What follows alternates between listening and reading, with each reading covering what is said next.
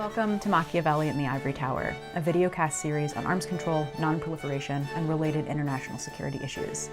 I'm Sarah Bidgood, Director of the Eurasia Non-Proliferation Program at the James Martin Center for Non-Proliferation Studies in Monterey, California. And I'm Hanna Notte, Senior Research Associate at the Vienna Center for Disarmament and Non-Proliferation. Join us as we discuss cutting-edge research and what it means for real-world decision-makers. Whether it's nuclear doctrine, deterrence dynamics, regional challenges, or the state of international regimes, there's just so much to talk about. And with our guests, we'll break down how their analysis can help us make sense of a complex security landscape. In each episode, we'll bring Machiavelli into the Ivory Tower. Thanks for watching. We're glad you're along for the ride.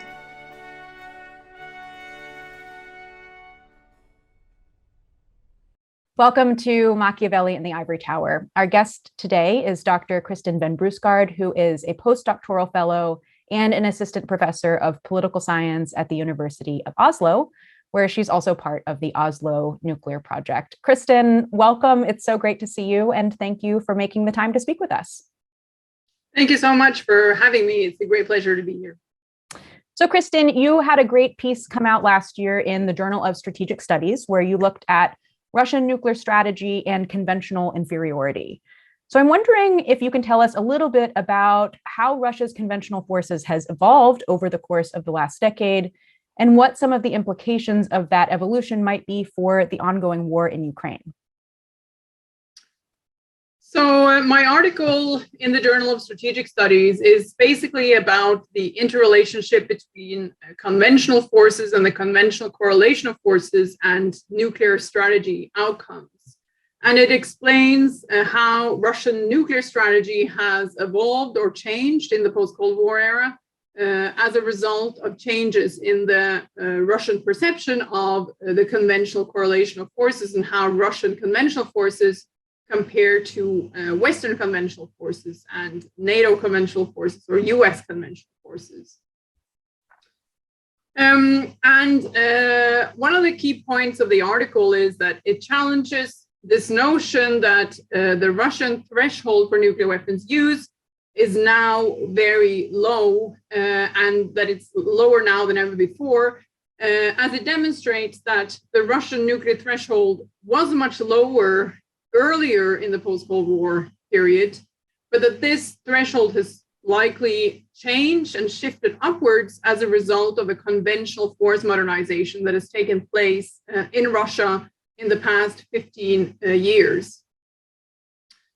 So I make this argument about how the conventional balance of forces influences nuclear strategy choices and makes a state like Russia more or less dependent on its nuclear forces, and that Russia, after 2010, essentially has become less reliant on its nuclear forces as a result of this modernization of its conventional force and this declared, basically improved conventional capability of the Russian military. And one of the things that I talk about at length in this article is how Russian military strategists and planners have for a pretty long time advocated the need for better conventional force options in order to deal with a range of different contingencies and different types of conflicts. And that includes this conflict type that Russian planners and strategists would call a local war, that is a limited war between a limited number of powers, which is essentially the type of war that we are now seeing in Ukraine. I demonstrate how Russian strategists, Russian planners, Russian doctrine, and Russian forces have evolved to become better able, or at least to try to become better able to deal with such wars with conventional forces only, and that they've also sought to become better able to deal with a larger type of war, a regional war, also conventionally, at least for some time, before Russia would rely or become dependent on resorting to nuclear weapons. So with regard to the conflict that we're currently seeing in Ukraine, essentially the implications of this argument is that this is a type of war that Russian planners and strategists have thought and sought to be able to deal with conventional forces only. And so, not in this piece, but in other pieces that I've written since I published the article in the journal Strategic Studies, I make this argument that even if the conventional operation in Ukraine seems not to be going very well for the Russians, still this looks like it remains what the Russians would call a local war, the type of war where they would not resort to nuclear weapons use, because Russia has been quite explicit in saying and declaring that for these types of wars, they would deal with them with conventional forces rather than with nuclear forces. That's not to say that there are not uncertainties with regard to the ongoing situation. Of course, we have seen, an unprecedented level or reaction from Western countries, probably of a type that the Russian leadership and military planners, for that matter, were not able to anticipate. And so this type of war that Russia is dealing with at the moment, or the type of situation the Russians are dealing with, probably looks quite different and unprecedented in many ways from what Russian military planners are likely to have imagined. But nevertheless, it still continues to look like a kind of military confrontation where they do not need to resort to nuclear weapons. Kristin, if I may, just a very quick clarifying question, just for our listeners who are perhaps less familiar. You mentioned the modernization of Russia's conventional forces a lot. Can you just give a quick idea what we're talking about here? So we are basically talking about a complete overhaul of the Russian conventional military capability that started from about the year 2008 and onwards. So after the war in Georgia that demonstrated significant shortcomings in the Russian conventional military capability, basically the entire Russian command structure was reorganized into joint forces commands with smaller units. So they shifted from a division-based structure into a brigade-based structure.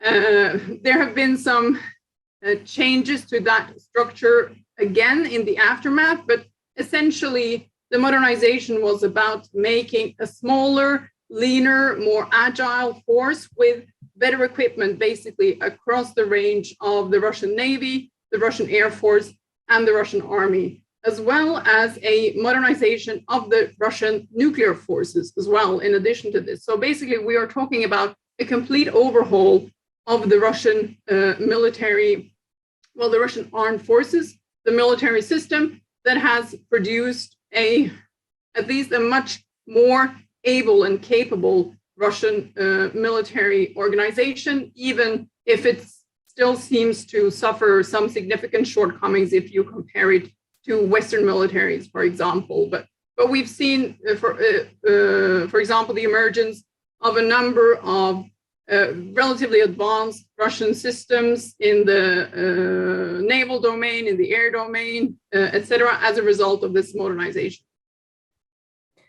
Kristin, let me pick up on some of the points you were making in your earlier response, where you're talking about the ways that Russia conceives of this relationship between conventional weapons and nuclear weapons, and in particular, non-strategic nuclear weapons. I'm wondering if you can help us understand, since this is such a topic of conversation right now, according to Russian strategy, doctrine, and force posture, at what point could a conventional war cross this nuclear threshold?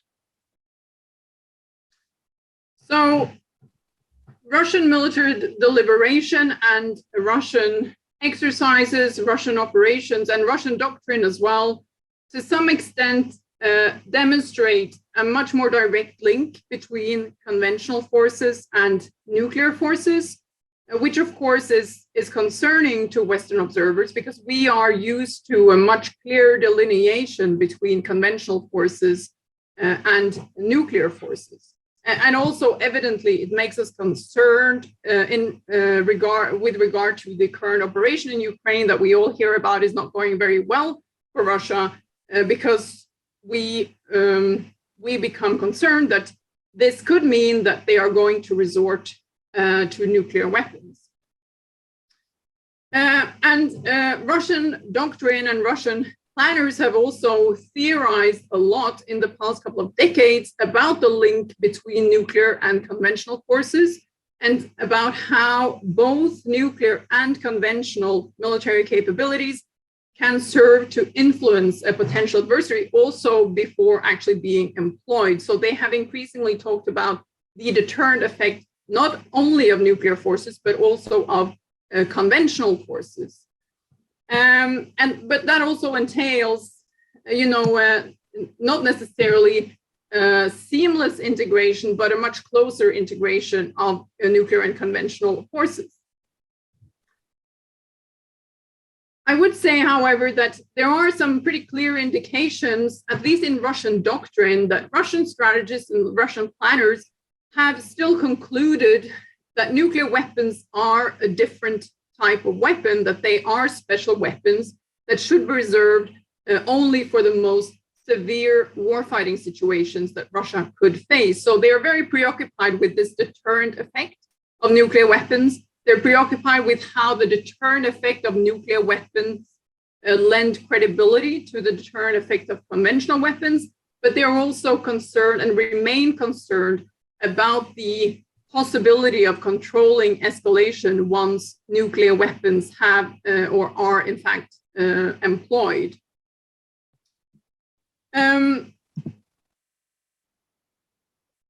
So I would say that Russia's nuclear weapons in the current conflict in Ukraine certainly serve to influence the way that potential Russian adversaries, such as the West, perceive of this conflict and perceive of the potential consequences of becoming involved. I mean, I'm now depicting the Russian way of thinking about these issues, but also that the Russian signaling that we've seen so far pertains primarily to Russia's strategic nuclear weapons, and that also reinforces this point that this signaling is intended to convey to the West not to interfere, rather than a signal intended to convey to the West a Russian willingness to use non-strategic nuclear weapons, for example, on the battlefield in Ukraine. And I just saw today that the Russian Foreign Minister Sergei Lavrov has reaffirmed that Russia will not use nuclear weapons on the battlefield in Ukraine, potentially or possibly, I would surmise, as a response to some of the statements that have been made in recent days by the CIA Director Bill Burns, as well as by the Ukrainian Zelensky, regarding potential nuclear use from the Russian side. So the case is this, that in Russian doctrine, in Russian planning, and in Russian exercising, it's possible to observe a much closer integration between conventional and nuclear forces, and that is in part a result of this Russian perception that they would not necessarily be able to deal with a large-scale conventional threat against the Russian homeland without resorting to the threat of nuclear use or actual nuclear use. But that's not to say that any military operation the Russians become involved with or in would include both conventional and nuclear weapons. They're just not necessarily dependent on nuclear weapons in all types of military conflict. Kristin, this is super interesting. Just to come in on Russian perceptions, you put out a piece a few weeks ago, actually, in War on the Rocks, entitled Understanding Putin's Nuclear Decision-Making, in which you argue that, and you already said it, given what we know about Russian deterrence concepts, about Russian doctrine, the Russian military would be unlikely to advise President Putin to use nuclear weapons in Ukraine as long as the Russian reading of this war remains that of, as you called it, a localized conflict, a limited conflict, a non-regional conflict, and so one that does not pose an existential threat to the Russian Federation. What are the kinds of both nuclear and non-nuclear signals that analysts, but also the informed public, can be looking out for to understand as to whether that view in Moscow is changing?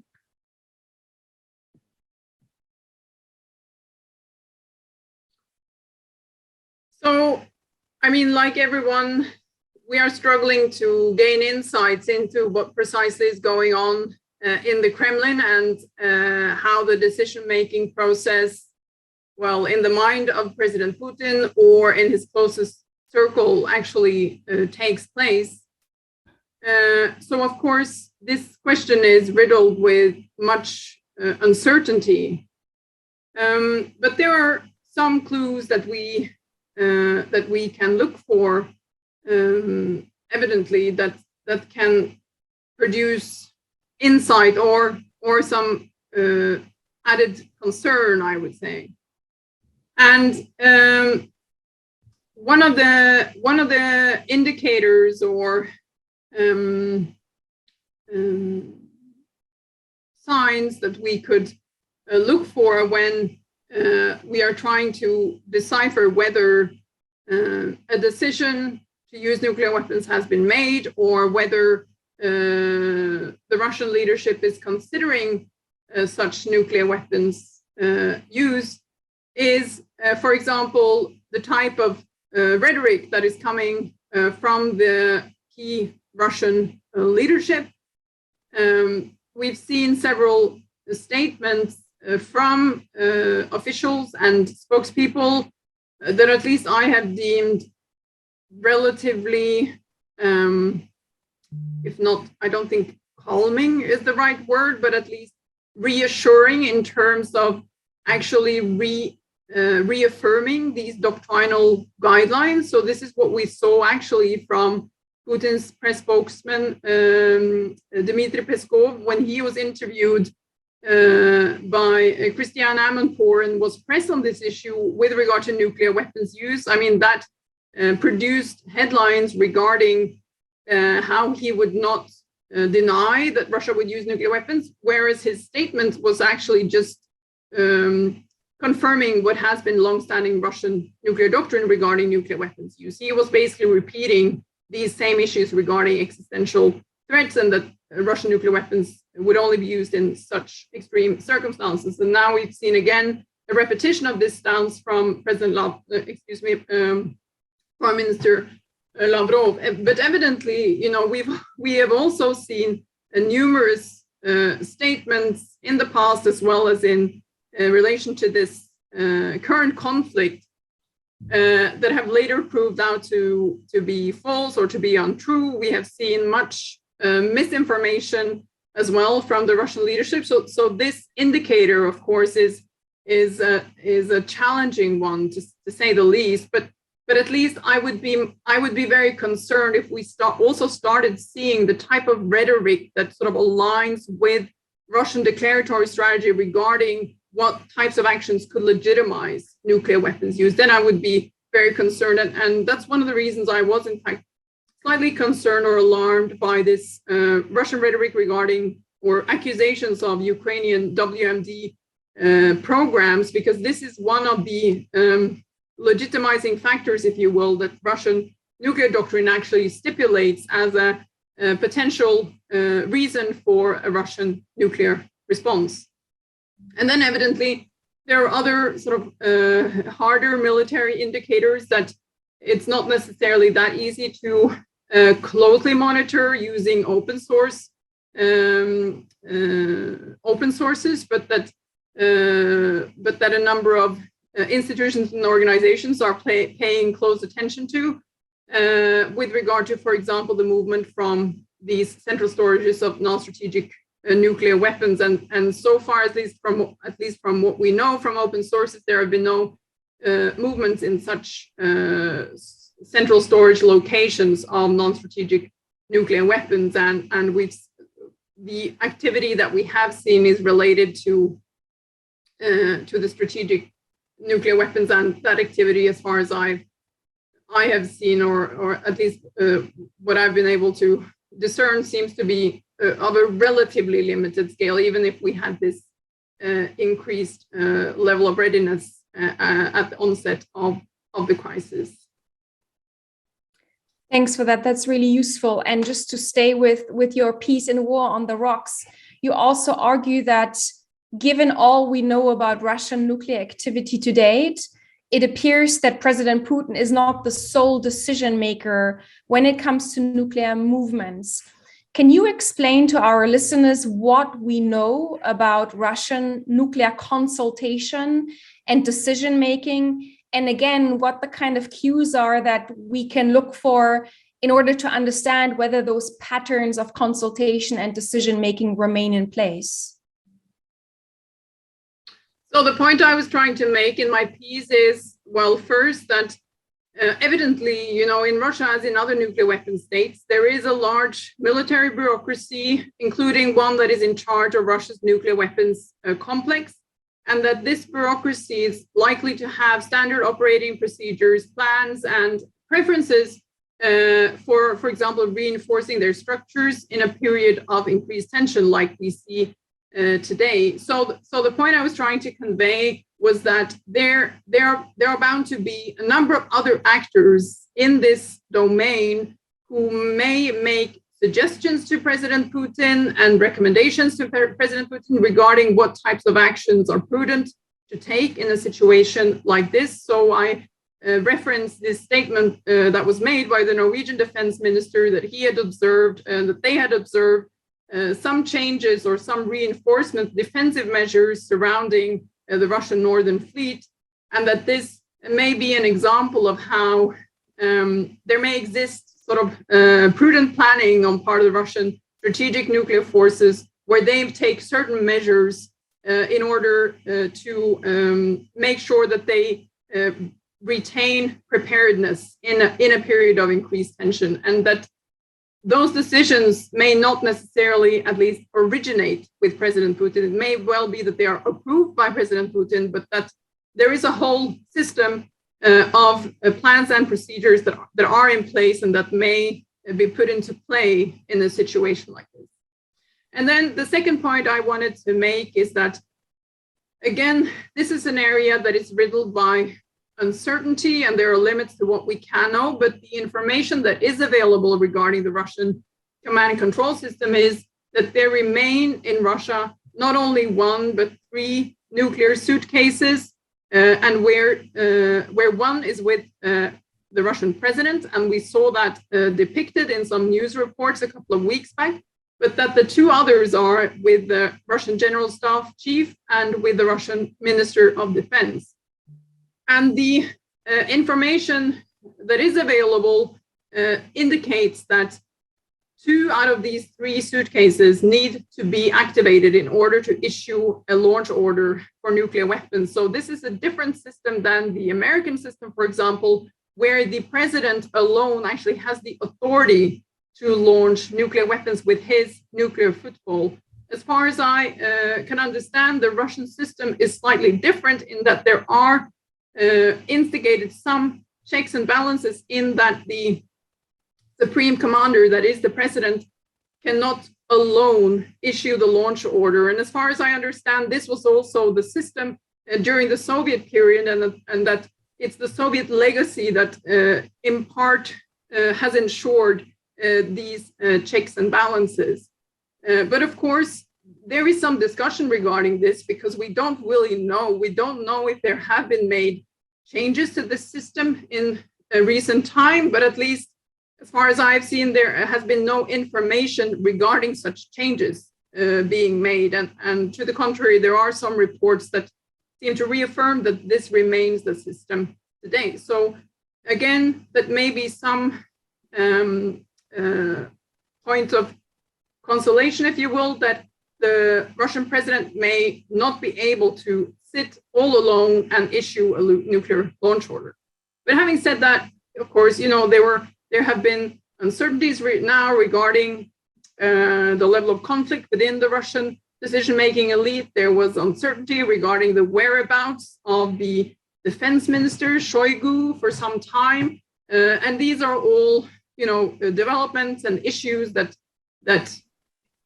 raise a lot of questions regarding these decision-making dynamics and that do not necessarily provide many answers. Thanks for that, Kristin. You did mention Foreign Minister Lavrov's statement from earlier today, and also you acknowledged Dmitry Peskov's statement a few weeks ago in the CNN interview as sort of reaffirming actually what we know about Russian nuclear doctrine. At the same time, it appears that we are entering a new phase of this war. The United States has shipped more and deadly weapons to Ukraine last week. As you know, there's a big push here in Europe for more weapons to go to Ukraine, especially in Berlin, where I'm sitting. That debate is now very much raging. And Russia has, in response, threatened to strike at command centers in Kiev for what it says are alleged sort of cross-border incursions. The Russians have repeatedly warned NATO countries against delivering weapons to Ukraine. We had strikes against Lviv in Western Ukraine yesterday. And then we have the start of a new offensive in the Donbass now, I think, as of the beginning of this week. Now, with all that taken together and with the continued quote unquote fog of war, are you more concerned now or increasingly concerned about potential miscalculations on both sides, really, regarding potential costs and consequences of action? More concerned than at the beginning of the war, or how is your reading of the situation changing, specifically now when it comes to nuclear escalation ladders? Yeah, so first of all, I would say that it remains pretty difficult, I think, to know precisely what the image of the conflict that the decision makers in Moscow currently have. I mean, we've also seen all these reports about what information Putin is provided with by his advisors, etc.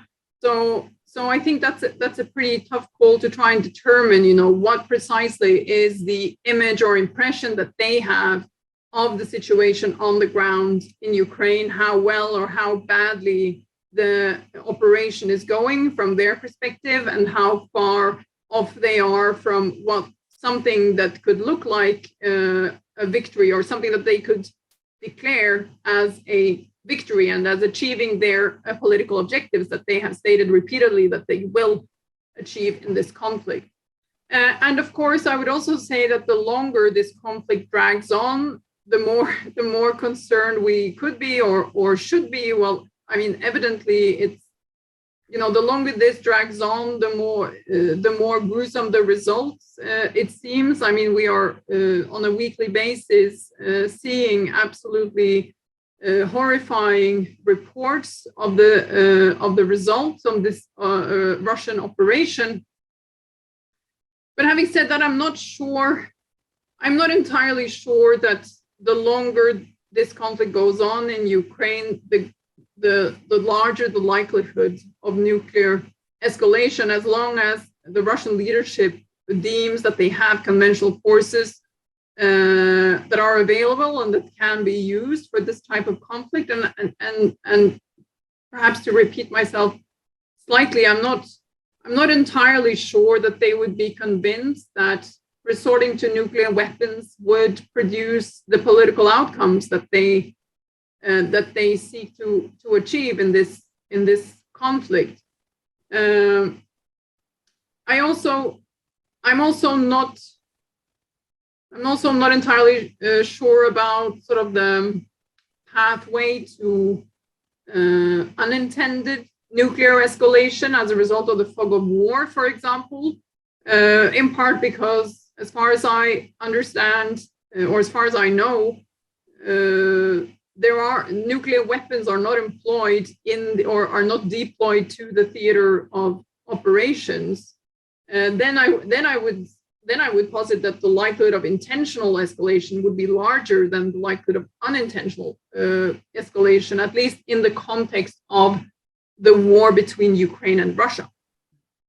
But having said that, if you start talking about or thinking about the potential for an escalation of this conflict, this conventional conflict, to involve also NATO, and that could be an unintentional or inadvertent type of escalation that sort of pulled NATO forces into the conventional conflict, and that conflict started escalating to become basically direct shooting war between Russia and NATO, then I think the situation would be much different. Then I think the likelihood of escalation, of nuclear escalation, and and even as a result of the fog of war, would increase significantly. The moment you started having NATO strikes against Russian territory proper, for example, I think the Russians would become significantly concerned and would become concerned about the survival of their state, including if we take into account, the depletion of Russia's conventional force availability as a result of the ongoing operation in Ukraine. That's not to say that the Russians wouldn't have any conventional force available, but it would certainly be very different, probably, from what Russian military planners have imagined when they have imagined a military confrontation with NATO, when they had probably imagined that they would start off with the full range of their conventional arsenal to run through first before they would need to start thinking about employing nuclear weapons. That situation would be quite different at this point in time.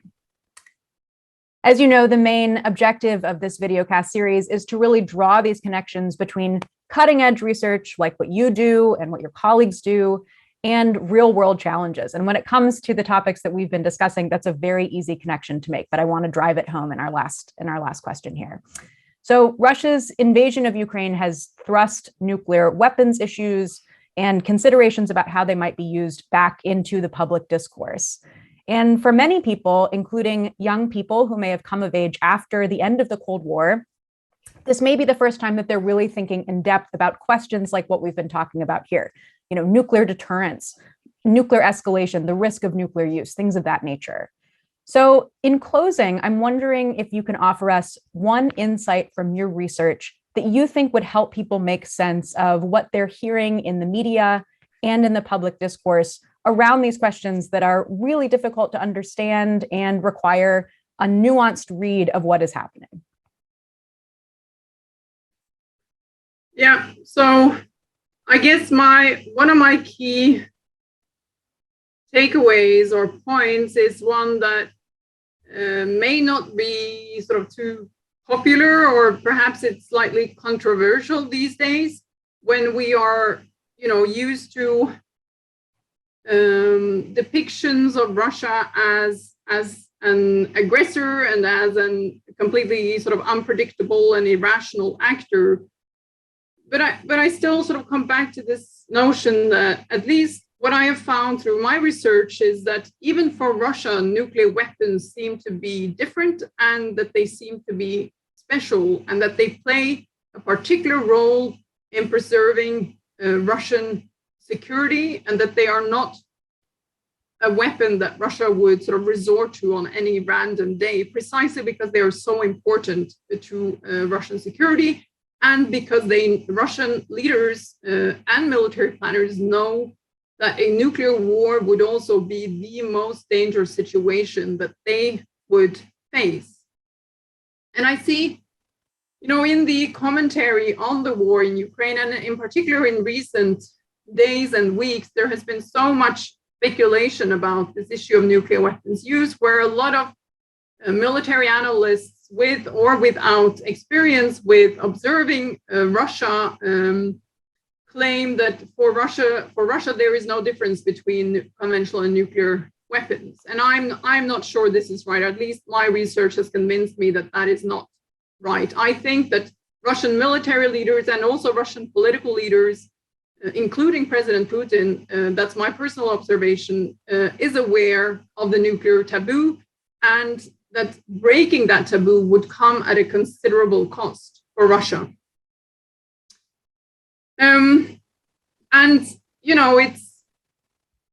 I may be proved wrong in this, of course, in that Russian leaders may feel so cornered that this becomes a last desperate attempt or as a way out of this situation.